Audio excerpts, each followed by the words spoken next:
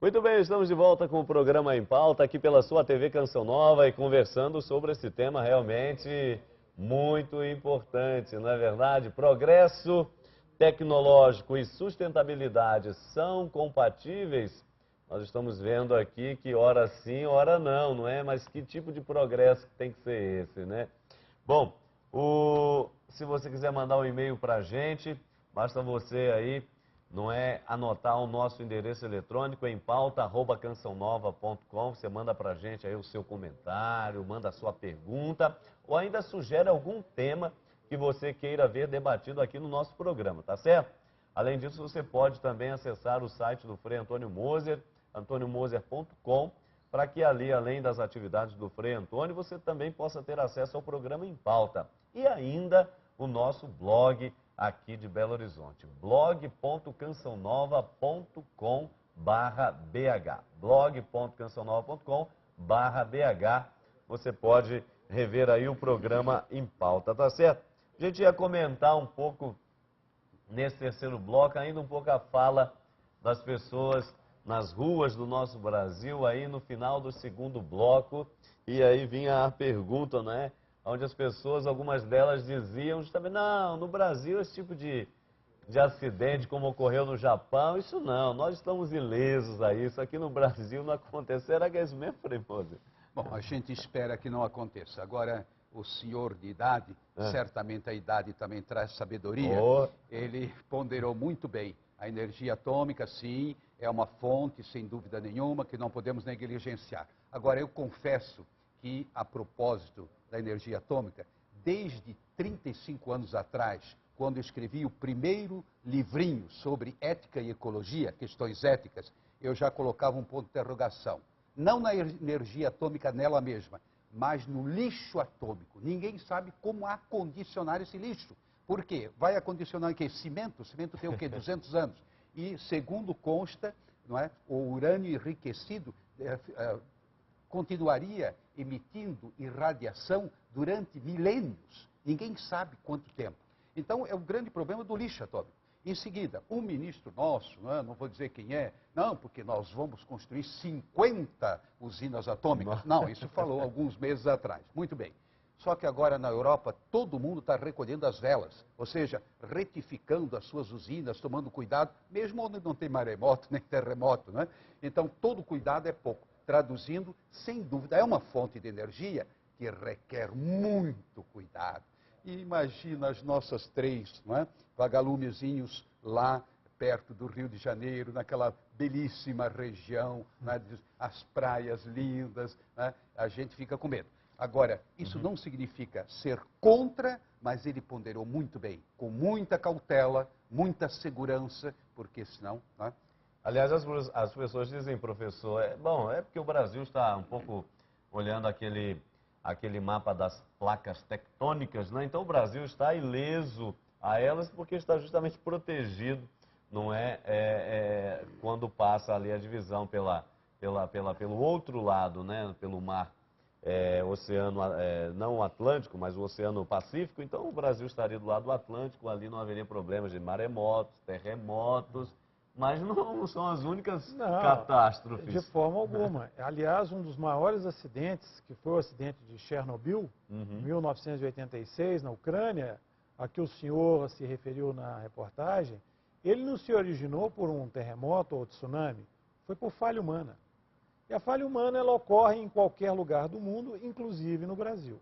Então, toda tecnologia, e nesse aspecto a tecnologia nuclear, como o Frei Moser falou, é uma tecnologia que exige um nível de precaucionário, uma precaução enorme. Agora, depois do acidente no Japão, todos os grandes países produtores de energia nuclear, como a França, a Alemanha, estão revendo seus programas. Eu espero que o mesmo ocorra no Brasil. Esses programas, a energia é importante, mas devem ser revistos. E agora eu gostaria também de comentar que os nossos grandes reservatórios são também objeto de preocupação. Os nossos grandes reservatórios, eles emitem, por exemplo, o metano, que é um gás 28 vezes mais poderoso que o CO2 para a produção do efeito estufa, principalmente os reservatórios que foram construídos se alagando a mata, como os reservatórios, por exemplo, de Balbina, de Tucuruí. Esses reservatórios na Amazônia, fica muito caro você desmatar toda a área que vai ser alagada para inundar. Então, toda aquela vegetação fica lá. E o apodrecimento dessa vegetação, que acontece durante décadas, vai gerar metano. E esse metano, então, os grandes reservatórios brasileiros também têm problemas ambientais. Muitas vezes é vendido através do marketing ambiental de que a nossa hidroeletricidade ela é limpa. Ela não é tão suja quanto a nuclear, mas ela também tem o seu passivo ambiental. Eu gostaria de acrescentar uma coisa, voltando à energia atômica. Lutzenberger é reconhecidamente um grande especialista na questão atômica. E, preparando esse nosso debate, eu li um artigo dele que me deixou arrepiado, no sentido de seguinte, que quem tem uma usina atômica, não é, tem uma bomba em potencial. Basta um avião, né, se chocar contra uma usina dessa, e você tem uma bomba atômica. Então a usina se transforma numa bomba, não é? Como realmente ocorreu no Japão pelo terremoto, mas aqui pode acontecer por outro acidente. Eu acho que, de fato, o senhor colocou assim muito, muito bem. Nós não devemos ser contra. O ser humano tem que ser ousado, tem que buscar alternativas. Agora, com as devidas precauções. E gostei dessa observação, não é quem sou eu para avaliar a sua colocação, mas é para ressaltar. Por exemplo, grandes hidrelétricas também têm problemas.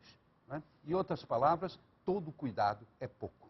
Tá certo. Nós, nesse terceiro bloco, como sempre fazemos aqui no programa, queremos aqui indicar alguns passos, não é? Para a solução, não é? Se todo problema não é por ser problema, ele aponta para uma solução, então, para onde estamos apontando, né? O que é necessário fazer para que tenhamos de fato aí o progresso, porque ele é inevitável, obviamente, as sociedades precisam progredir, e aqui também entra o progresso tecnológico e assim por diante, mas ao mesmo tempo, como ter um progresso sustentável? Por onde passa e se desenvolve essa sustentabilidade? Quais são as áreas? Em primeiro lugar, perguntamos aqui à nossa população, não é? O que você faz para ter um mundo mais sustentável? Vamos ver o que as pessoas disseram e depois vamos aqui escutar o professor, que é alguém muito gabaritado para tal, e claro, o nosso querido Frei Antônio Moser, com toda a sua reflexão teológica sobre o assunto. Vamos lá então. Agora com essa lei das sacolas retornáveis, a gente está podendo ajudar mais, né? A reciclagem é importante, pequenas coisas, né? Bom, eu faço o que normalmente tem se pedido aí, né?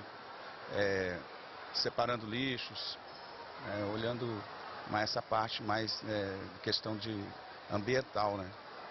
Bom, nós procuramos lá em casa, eu com minha família, minha esposa, usar a quantidade mínima de água nos banhos, na torneira na hora de abrir, e também temos sistema de reciclagem também na parte de metais, de papel, de plástico. A gente procura, de certa maneira, cuidar e também orienta também os nossos vizinhos. Nós moramos num prédio também, eu sou síndico, a gente orienta também para que eles possam seguir esse mesmo esquema que nós estamos fazendo. Eu não tenho feito nada hoje em dia, mas com certeza tem que ajudar fazendo reciclagem, essas coisas. Bom, pelo menos eu estou deixando de usar sacolas plásticas, né? Fazer alguma coisa. A gente tem procurado respeitar a natureza, fazendo reciclagem do que a gente pode fazer, no caso do lixo, evitando jogar plástico no lixo comum. Nada. Nada mesmo. Evito de usar sacolinhas, né? Já há muito tempo que eu tenho evitado de usar. Não jogo lixo, né? No caminho. E vou acompanhando as entrevistas de vocês aí, o que a gente pode melhorar mais.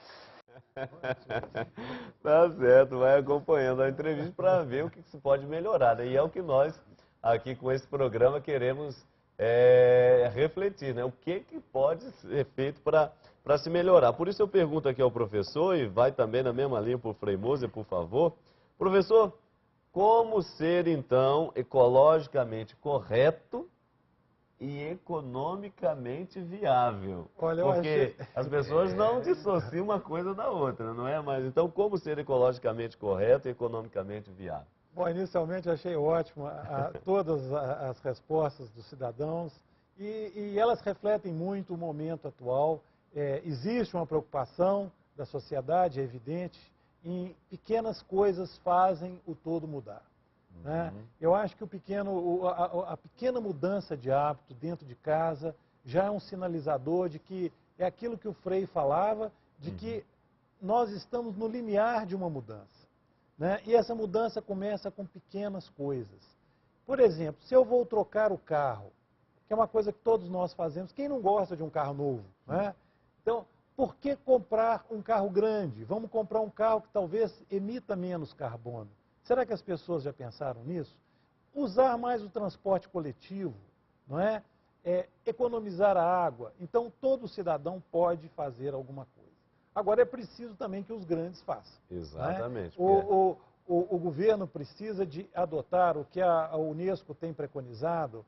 Existe um livro importantíssimo, inclusive, que foi editado pela UNEP, que é o órgão das Nações Unidas para o Meio Ambiente.